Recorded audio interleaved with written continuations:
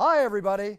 I've had an absolute blast recording your championship intros on audio and also on video. And for those of you that didn't know, the videos can be done special exactly the way you like them, because these are green screens and we can do them with a scene behind me. Do you want a fighting scene? Do you want a beach scene? Do you want a race car scene? Any scene you want, we can give it to you. It's your theme and my pleasure. Just write our offices and we will answer you with the exact fee involved and how it'll get done. So here we are, and now it's time, and it's your choice. Cheers! From the shores of Malibu where the waves are pumping, to the Great Wall of China, and back to the streets of Las Vegas where the UFC is coming. We are live. This is It's Time Radio, the show where we talk about what you think about but may be afraid to voice. Do not worry, we'll voice it for you. Sex, drugs, rock and roll, politics, UFC, entertainment, film, you name it, we'll talk about it. And as always, I'm here with my co-host, TJ Santis. TJ, another week gone by. You're here with us, and we've got a very special guest on the show, someone I've wanted to have on the show for a while. But before I say his name, how are you, TJ? I'm good. 2/3 of us are actually, I think, in Las Vegas right now. And for the third straight week, I feel like an OnlyFans model as I'm broadcasting from a friend's spare bedroom in a bed. So not the studio confines, but, we're making it work. Well, if the money starts rolling in, then let me know so I can start recording from my bedroom, okay? Sounds good, Bob. Yeah. We'll call it the in-bed podcast. Actually be kind of cool. So Yeah. maybe. I don't know about that. All right. Look, everybody sees the fighters that step into the octagon, step out of the octagon, the champions that, God bless them all, they come and they go.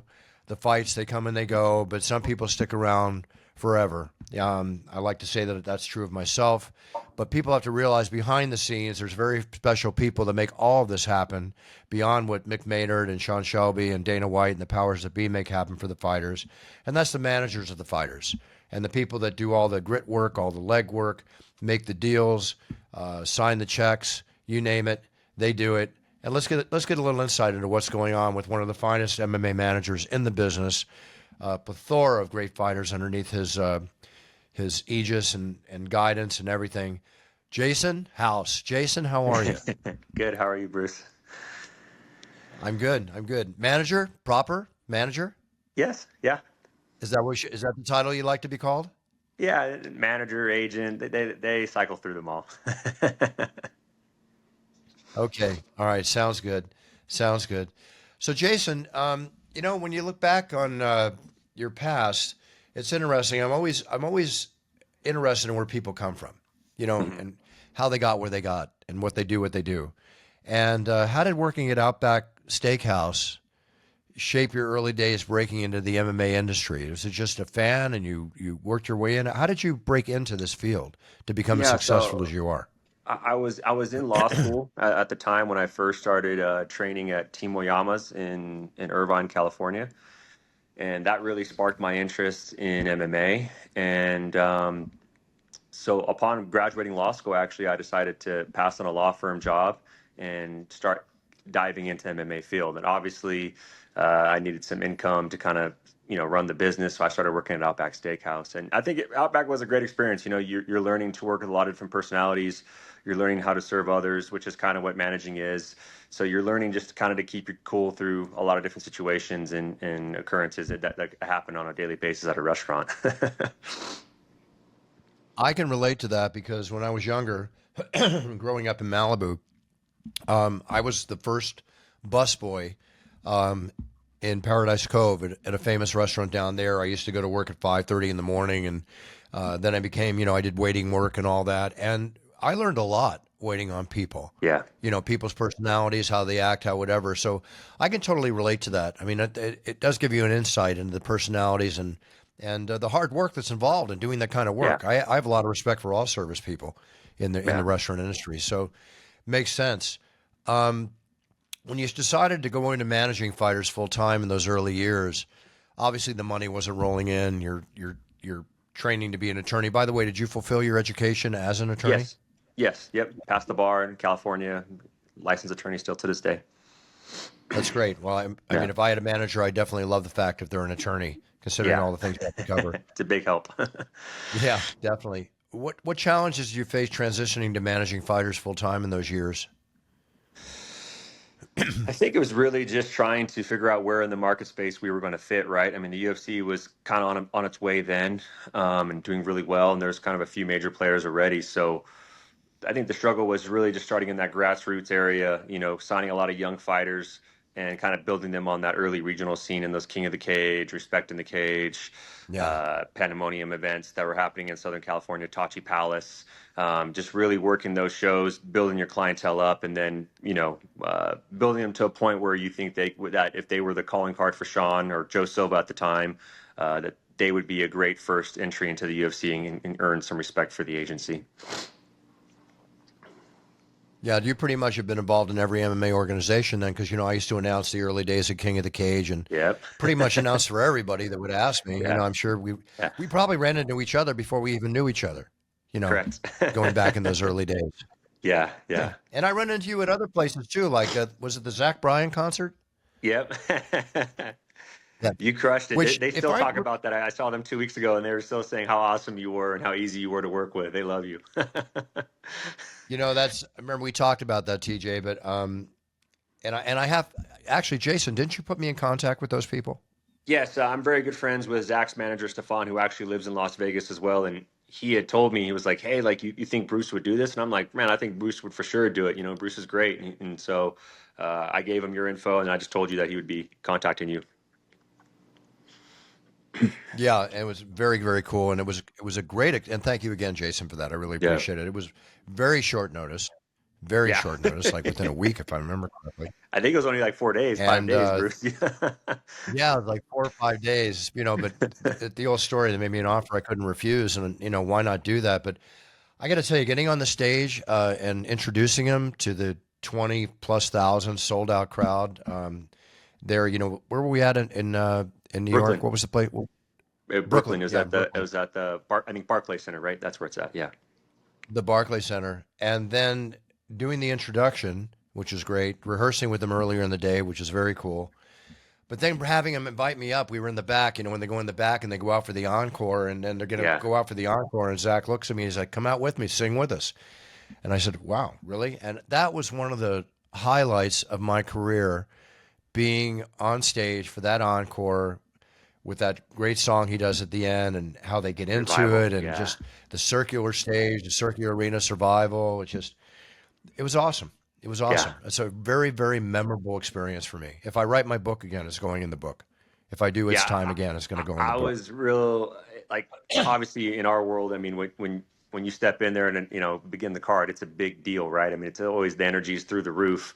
But it was really cool to see how that transformed into like a music concert, and kind of seeing the people get all excited when they saw you, like, dude, is that Bruce Buffer? Because I was in the crowd and you could see everyone like, dude, that's Bruce Buffer. Like, it was really cool to see, like, just how you've transcended our sport into the mainstreams of the world. So it was really cool to see. And yeah, I thought it was awesome. You went up there for Revival. I was like, man, that's pretty cool. Bruce is going up there, and you crushed it. It was really cool.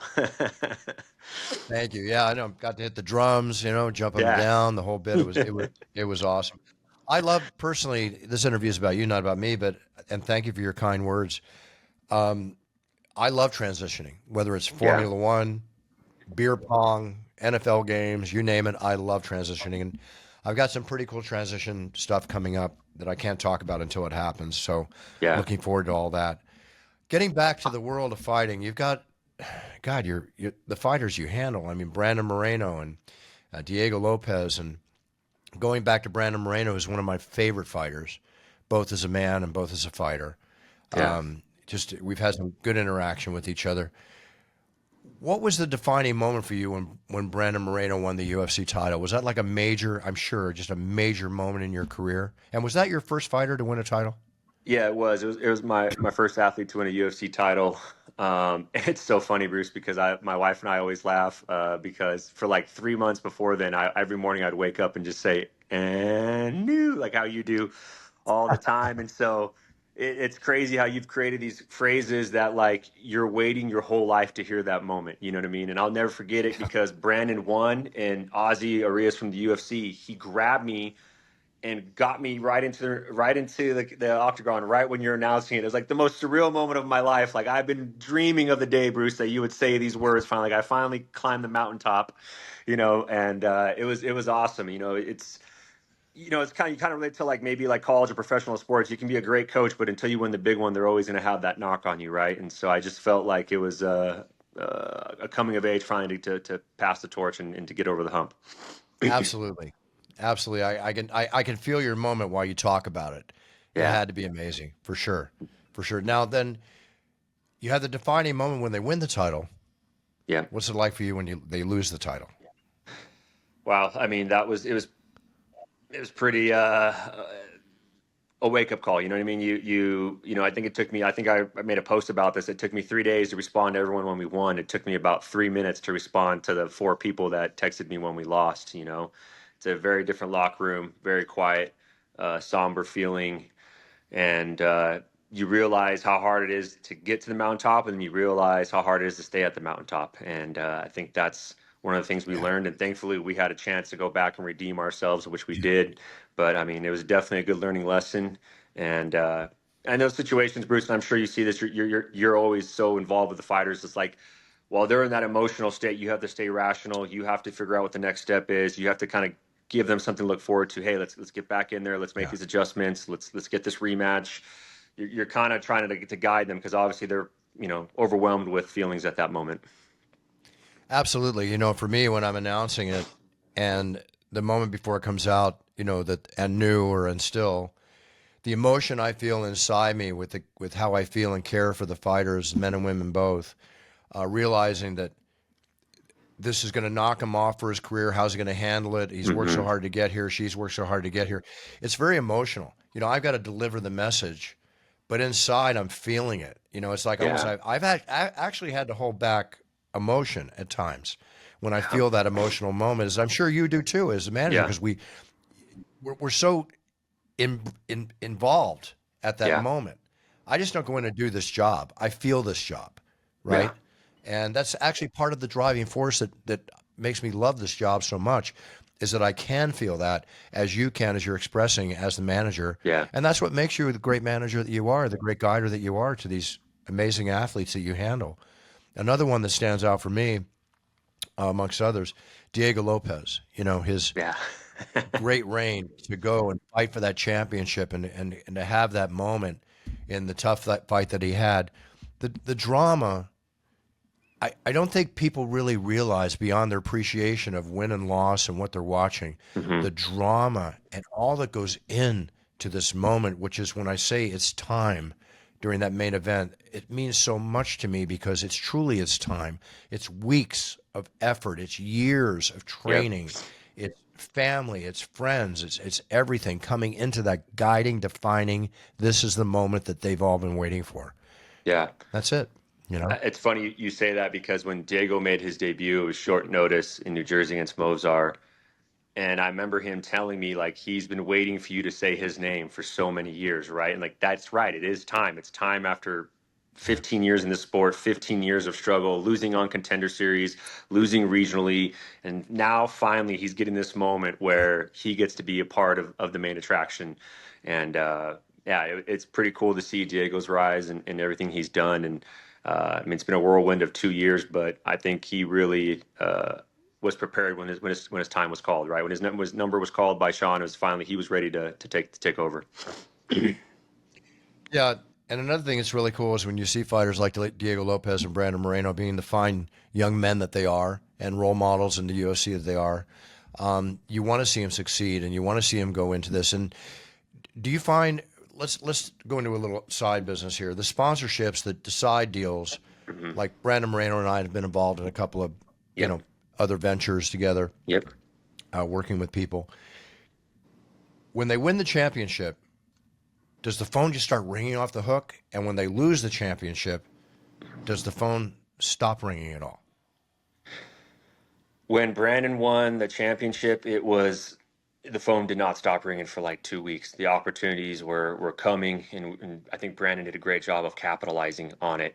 Um, my experience with Brandon was the loss didn't affect him as much because I think he's such a high character guy and represents a brand so well that they stayed loyal. But I have had other instances when guys have lost and maybe they weren't as attached or had made that connection or relationship with that brand that the companies had left.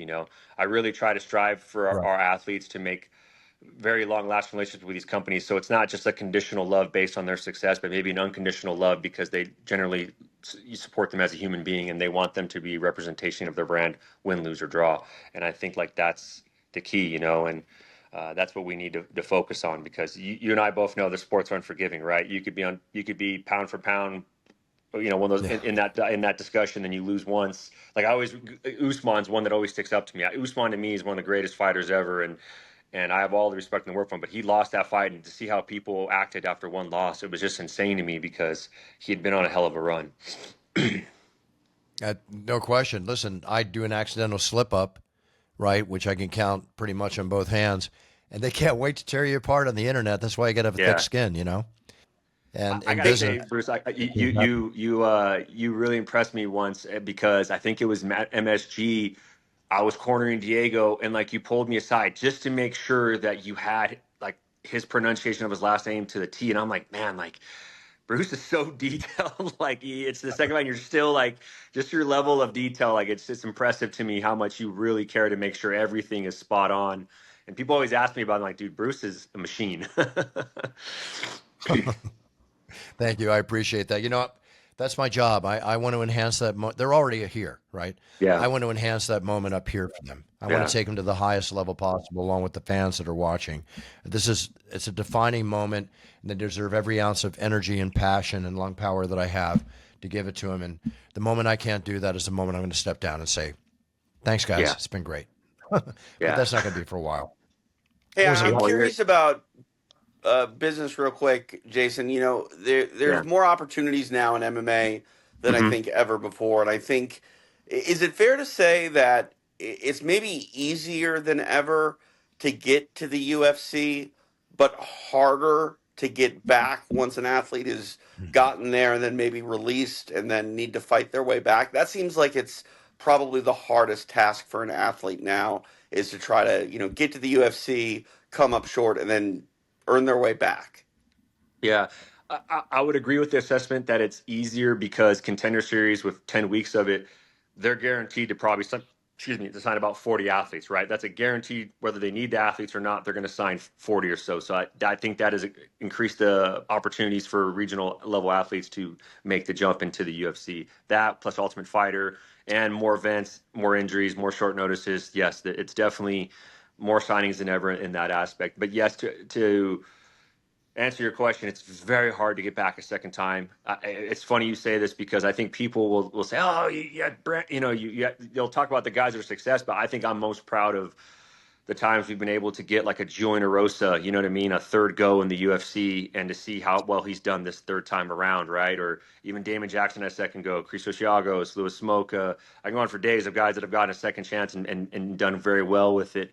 And I just think it's so hard. It's harder. It's hard to get here, but it's even harder to stay here, let alone come back here. So I mean, it's just this Yeah. sport is so difficult. Very difficult. It's gladiator time. And without a doubt, with your agency and all the fighters that you handle, how many fighters do you have now? We have about 112 in the UFC. Wow, 112 in the UFC? Yeah, yeah, What's the total roster of UFC? Are they like 500, 700 fighters now? yeah, somewhere in that ballpark. Yeah. And you handle at least like 15, 20. That's very impressive, Jason. Thank you. Thank Very you. impressive. Now, Yeah. now who else, in your agency, what other athletes do you handle, if any? Like we have Sean Strickland, Cheeto Vera, Korean Zombie, quite a few of those guys. Or you mean other sports? You mean like, Yeah, no, or no, just I know about them, and that your list yeah, goes on. I mean, yeah. okay, let's get to Sean Strickland in a second here. Okay, We're gonna okay, go there. But okay, okay. answer the one question though. What clients do you have other than fighters? Just fighting. I used to do NFL. I did NFL for about 3 years. I just found myself not very passionate about it, and just kind of the system and confines that I was working in as a little cog in the wheel of the system that is professional football right now. I really love MMA. I really love our ability to be very hands-on with our athletes and serve and give to them and help them, you know, monetize their opportunities outside the cage. And it's something that you've done very well with, Bruce. Like you've taken your opportunities inside the cage and you've monetized them extremely well outside the cage. And that's Thank you. something that I really try. Like I don't think it matters how much money they make; it's how much money they save or how they use that money. That's what matters most. And so. For me, I just wanted to focus on MMA. And when I started doing football too, was kind of when Contender Series started, Bruce. And so like, I probably had 30 guys in the UFC at that time, and then once Contender Series started, like we went to like 60 or 70, like that. So it was like it's almost like I had to realize, hey, there's a market share here. Go all in on MMA. It's your love, anyways. Don't get jack of all trades, master of none situation. Yeah, then you wind up doing things half-ass, and that's not good. Yeah, Follow your exactly. passion, follow the way it is. And you mentioned something a second ago that I find very impressive because I think it's very important. And I've sat down with some fighters and talked to them too. What to do with their money, Yes. how to take care of themselves. They got to get past the point that the two guns are going to get holstered and they're going to be done. Mm-hmm. So I gather that along with preparing them for their present, you prepare them for their future because a lot of these guys like Brandon have developed careers they will have when they put away their guns, Yes. such as being commentators and such as that. Exactly. And Exactly. very, very impressive. You're to be commended, Jason. Sincerely, I met a lot of managers. They don't give a shit, past a certain point, Yeah. right? Yeah. They don't. And you're grooming and taking care of your fighters, and I think that's great. TJ, did Yeah. I say shit instead of shite? You did, but it's okay. It was warranted. Hey, we talk about Bruce being kind of in this business of energy and Yeah. crowd control. Obviously, Yeah. you're a manager, Jason. What would you say your business is other than representation? Is it like management of personalities? Are you like a behavior specialist with your athletes? Like, what do you think the underlying thing is that you specialize in other than just, contracts and things of that nature? It's funny to say this. I will say a big part of it is energy and keeping the energy right on fight week. Like TJ, I could literally tell you before the fight who's on and who's not just based on fight week. So I think it's a manager's job to make sure like any stress that they have, like whether their wife's flight is delayed and they're going to need a ride or a seat, a car seat for their baby, whatever little stresses every fighter has, like it's your job to know them well enough to know what their triggers are and do what you need to do to prevent those triggers. So I think one part of it is their energy of fight week, and two is just navigating a lot of relationships because a team will have many personalities, right? Many different coaches, many different backgrounds, and it's just kind of like a band. You're trying to get everyone to play music together in sync and have them all lined up together and just being egoless and just like, hey, you need me to ring out your sauna suit? Great. You need me to go negotiate this deal? Great. Well, whatever my role is for the day, just be humble and get that done for the athlete, because you guys know the fight weeks are crazy, right? Especially in the last couple of years, we've seen some crazy switch ups, some crazy things. You just kind of have to be on your toes and just be there to, I think sometimes it's you're listening to learn and not to respond, right? You're listening to understand them, figure out what their ticks are, and make sure that you're there to handle those ticks accordingly. Well, speaking of all that and speaking about crazy fight weeks, I once asked Audie from Paradigm the same question about Conor McGregor, and I got to ask you the same question. What's it like handling Sean Strickland? With the ins and outs, the ups and downs, and I like Sean. We get along. We get along great. All that, but let's face it, he's a firecracker, right? As proven recently. So. Yeah, I mean, for us on the agency side, Sean is easy to work with, and he's great. Obviously, he's very opinionated, and he's not afraid to share his opinion on things, and that's going to ruffle some feathers. But I mean, I think that's also what's kind of brought him into the limelight as well, right? And I have respect for him, kind of seeing where his niche is and him kind of capitalizing on it. I think he's done a good job of that, of kind of finding out where in the market space he wants to be in, and I think, because you got to think for many years he's in the UFC and he was very kind of a quiet voice, or didn't really, we didn't know what we're getting in Sean. And then at a certain point, I think Sean decided like, hey, like I'm going to start expressing myself and showing people who I am. And I think that's what created all the buzz. And I think he had one of the most awesome runs there in 2023, 2024 that we've seen, it's impressive what he's done. Absolutely. No, without question. I heard him talk recently on a video about how he had so much money without mentioning the total, and he collects so much interest each year, and he's preparing for his future. And it was actually a Yes. very smart comment. No, You know, Sean is very smart. He's on top of his business affairs, and like I said, for our end, he's been great to work with. I know I know some people have their opinions of Sean, but me personally, with me and my family, he's been great. very cool. This 4-month suspension he has for the fight he got into at the what event was that? Tough enough. Yeah, Tough Enough. Did he get fined for that too, or just suspended? I believe there will be a fine involved. Yeah, I know they're still kind of working all the details of that out. Gotcha. Interesting. Yeah. It's very interesting how they're handling all this. All right, so he'll be back in 4 months. Are we going to see Sean fight before the end of the year? Yes. Cool. Yeah. Is there already talk without saying whatever, or you can't? Yeah, there's been some dialogue. He had to have some surgeries after this last fight, and so we're just kind of getting on the mend, getting everything situated, and we're hoping to get one more this year and then get him active again next year. Are you allowed to negotiate during suspension? It's a very good question. I mean, I don't get me believe wrong. so. If you can't, when I ask you questions, if you can't answer for reasons of privacy, I understand. Yeah, But I just wonder what yeah. the California Commission does about that. I would think so. I think the suspension would only limit him from doing things like cornering and things that he would have to apply for a Yeah. license for. So Yeah, Got it. I think you're right, TJ, on that one. Yeah. Do you envision? I should be a lawyer. Yeah, Nice let's to be a go. lawyer. Yeah, nice to be a lawyer instead of like me paying for a lawyer. So I'd like to do my own. Well, I know I'm too busy. I don't want to have that on my back either.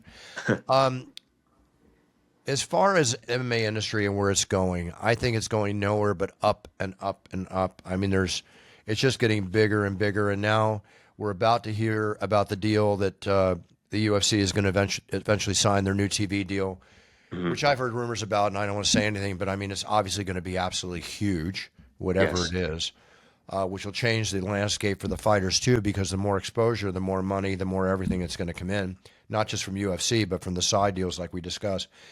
How do you see the MMA industry changing, especially for fighter management, if there is anything to comment there?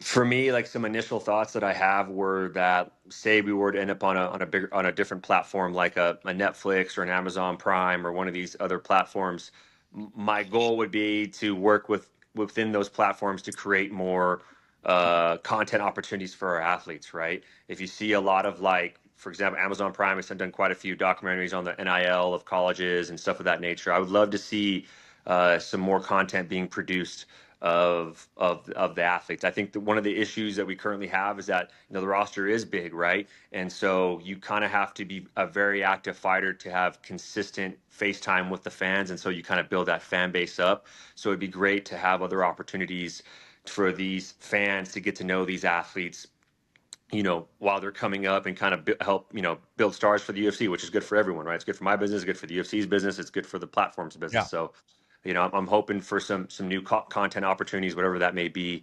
One idea I've always had is, like, I feel like sometimes people will be like, "Oh, Jason, like, are you nervous for Brandon's main event fight?" Like, of course I am, but like in the bigger picture of life, Brandon is set. Brandon has managed his money. Brandon's in a great place.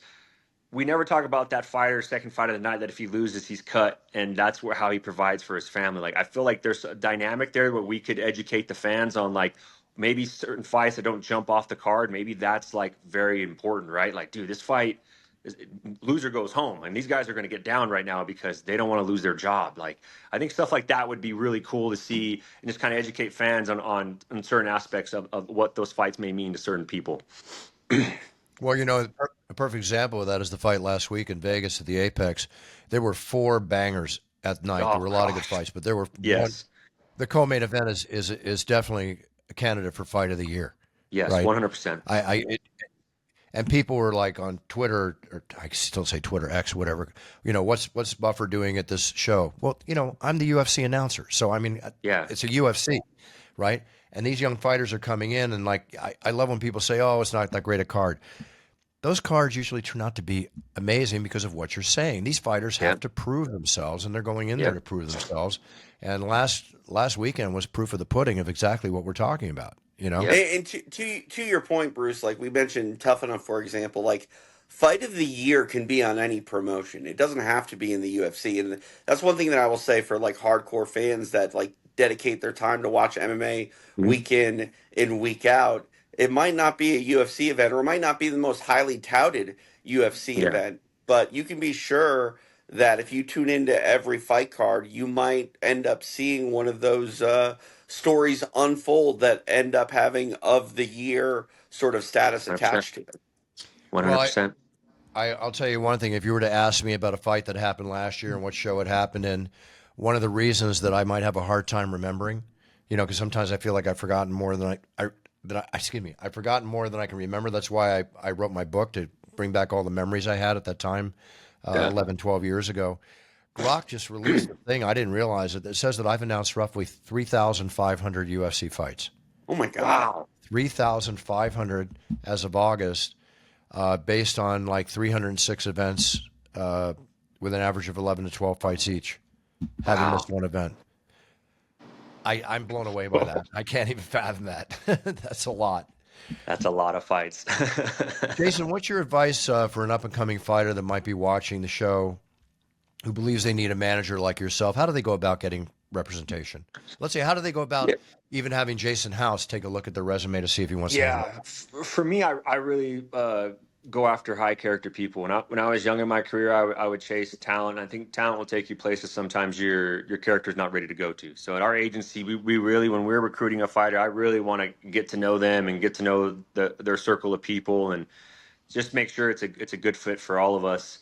But I will say this: some advice I would give is that I think it's important to have management early in your career, because with Contender Series and some of these new opportunities coming up, you're starting your entry into the Zuffa or TKO at a much younger age, right? So it's like I would rather build my infrastructure, my team now, get to know them, get a nice rhythm together, because I think sometimes these kids they're not getting management till they're in these positions of where they're making huge decisions about their career in the UFC, and they don't really know that person very well. Like I tell them, like, yeah, maybe on the regional scene I'm not going to be making any money at all on you, but I'd rather spend time with you, get to know you, so that we do get to the UFC, we have that bond. I know how you are, how you function on fight week, how you like your camps to be structured, and that way we can best understand each other. So for me, I think for a young fighter, I would assemble your band now. You know what I mean? Learn to play music together now together. Don't wait until down the road and you start making all these changes or even camp changes. It's very difficult to do that. It's very hard. Good answer. Totally agree. 1,000% I agree. And my company, Yep. millions.co, I introduced you to that a while ago. I think Yep. you've got a number of your fighters on that, Oh don't you? gosh, a ton of them. Yeah. Yeah. How's it working for them? They're having a good Amazing. time? Amazing. They love the Awesome. platform. Yeah. They love it. And they're getting in branding deals now too, right? Correct. Yep. Yep. It's been a very great relationship. Millions.co, TJ. Yeah. It's a very great relationship. Great. No, I started that because you know how I am about branding and marketing and branding, and Yeah. obviously you're the same way. So I'm glad that's helping them all out. That's fantastic. And thank you for being part of that, Jason, because Yeah. you add a lot to millions.co for sure. I Yeah. really appreciate that. Um, we've got the show coming up this weekend in Vegas at the Apex again. I will not be there. Joe Martinez will be taking the reins of announcer, doing the fine job he does, and I'll be back in Chicago for UFC. What is it, 319? I can't. Yeah, 319. That's Heck going to be yeah. a big one. That is going to be a Yeah. hot show with Duplessis. Yeah. Okay, let's talk. I'm not going to say a word because I don't bet fights. I'm just may the best man or woman win. Hamzat or Duplessis there, Jason? What do you see? Man, it's. I've been going back and forth. A lot of people have been asking me this question. Obviously we fought DDP twice with Strickland, and I've gained a respect for him in those two fights. Some of his unorthodox style and his brute strength and his cardio. Some of the things there have really impressed me. But I also had the opportunity to watch Hamzat train a little bit in Newport Beach about a month ago, and he looked phenomenal. So he's over there at the Santos studio with Bear DiGidio doing his camp out there. Man, it's really really hard to say. It seems like I know people have questions about Hamzat's cardio, but him training at the training lab with Sam Cavita, it seems like he's addressing some of those things. Oh man, it's really hard for me. I think a lot big factors going to come down to the wrestling, right? I really feel like if Hamzat can impose his will with the wrestling, or if DDP can stop that and kind of make this more of an MMA fight and kind of see where it goes. Yeah, I agree. I agree. But the one thing about Duplessis, to me, he's like Rocky. The Oh, man just, yeah, as unorthodox as he is, he finds a way to win. yeah, It's incredible.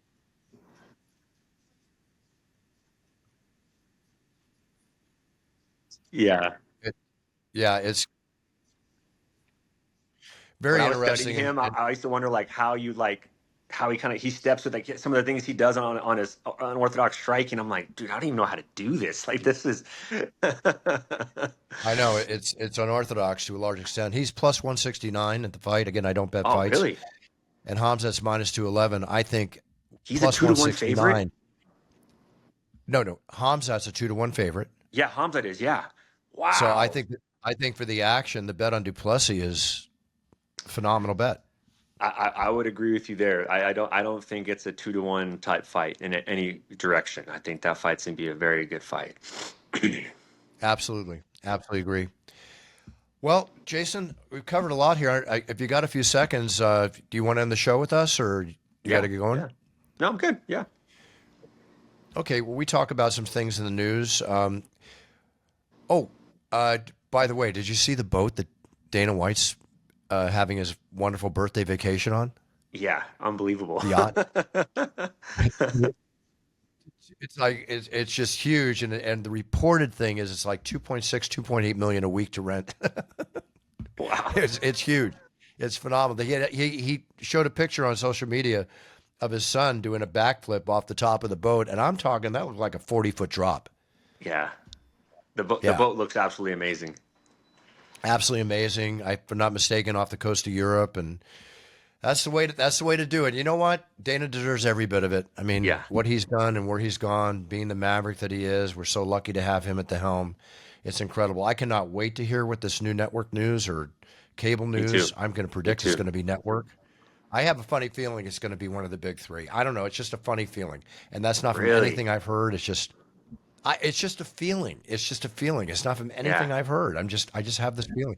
I don't know about Netflix. Netflix would be great.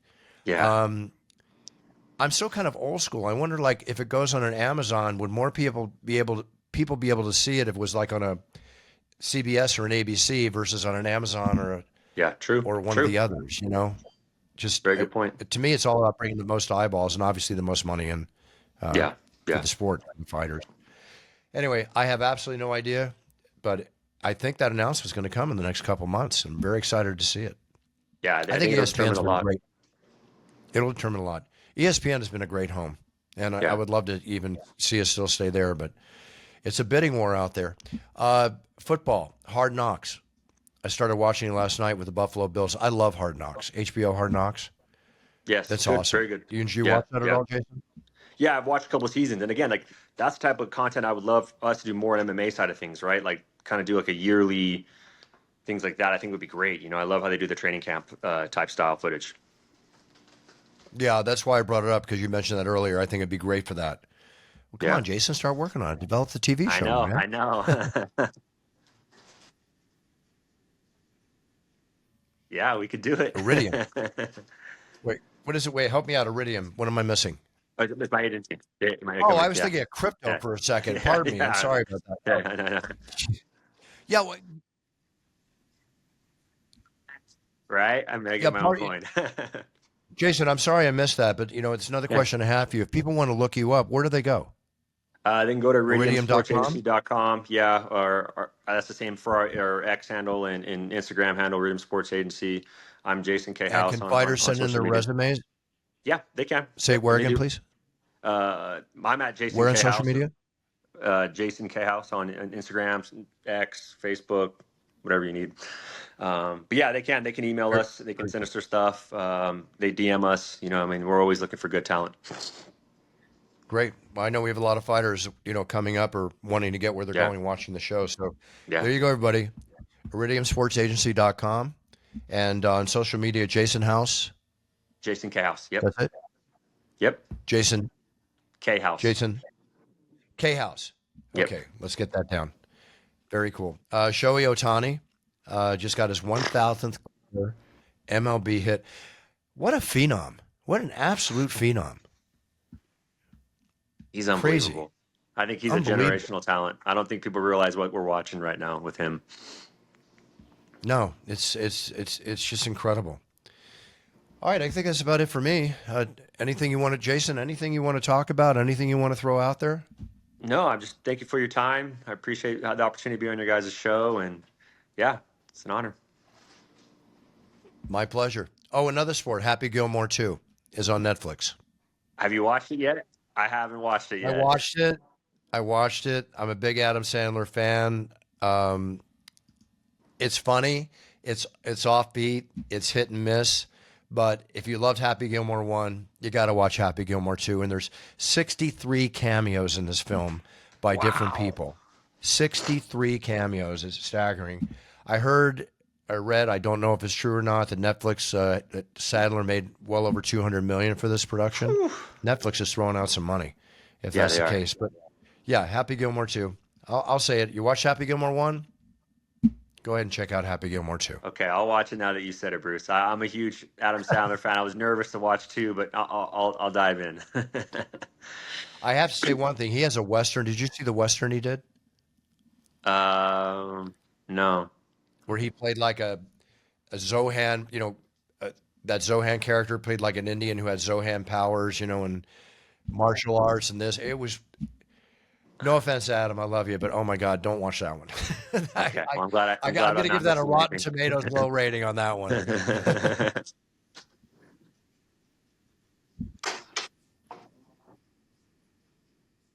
Very good. Yes. No, Yes.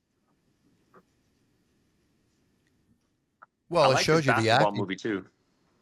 Excellent, excellent. And those two Yeah. films show you the acting chops that Adam Sandler has. Hmm. As I've said often on the show, comedians transitioning into acting, dramatic roles, turn out to be some of the best actors we've had, from Jack Lemmon to you name it, to Jim Carrey, on and on and Yep. on. No, Uncut Gem and the basketball movie, Yeah. highly recommend those. Highly recommend those. All right, well, that's our TV and film recommendation. There we go. TJ, what's up? I'll show you. I have yet to go see it too. Brandon Moreno makes a cameo in it. What's that? Yeah, Who? yeah. I got Brandon Moreno and I got Joseph Benavidez a small cameo Yeah. in the movie. Yeah. Well, they're in the trailer. In the Yeah. trailer where you see me get knocked out by Liam Neeson, they're fighting in that Yeah. trailer. Yeah. Yeah. Yeah. It's very cool. Yeah, no, they were very kind to us. And the movie, from what I understand, it's got a huge rating. Good. Everybody I know that's seen it said they can't stop laughing from beginning to end. And now Good. Liam Neeson and Pamela Anderson are supposedly a romantic item. Wow. Good for Yeah, Liam interesting. and Pam. Yeah, good for them. Good for them. All right, Jason, true pleasure to have you on the show. Much respect, and thank you Yes, for sir. all you do for Thank the you. fighters. Congratulations on all your success. So well deserved. The world's your oyster. It's just going to keep going up and up and up. And any gigs you have from Mr. Buffer, it's time to start paying Jason House and Iridium some commissions. So Let's do it. I'm open. Okay. All right, sounds good. Awesome. Sounds good. Okay. Thank you guys. All right. Thank you, Jason. All the best to you Okay. and your family. Everybody, set your goals, write them down. So when you step on that yellow brick road to your future, you be the best you can be, because by performing at your best, whether you're champion number 10 or number 5 or number 50, being your best means that you're winning. And that's what we're all about on this show. It's all about winning on It's Time Radio, as proven by having the amazing Jason House on the show. Big cheers, no Awesome. fears, and all the best to everybody for a great week. Again, Jason, thank you so much. Thank you, TJ. Thank you. Buffer out. Got it. Bye, guys.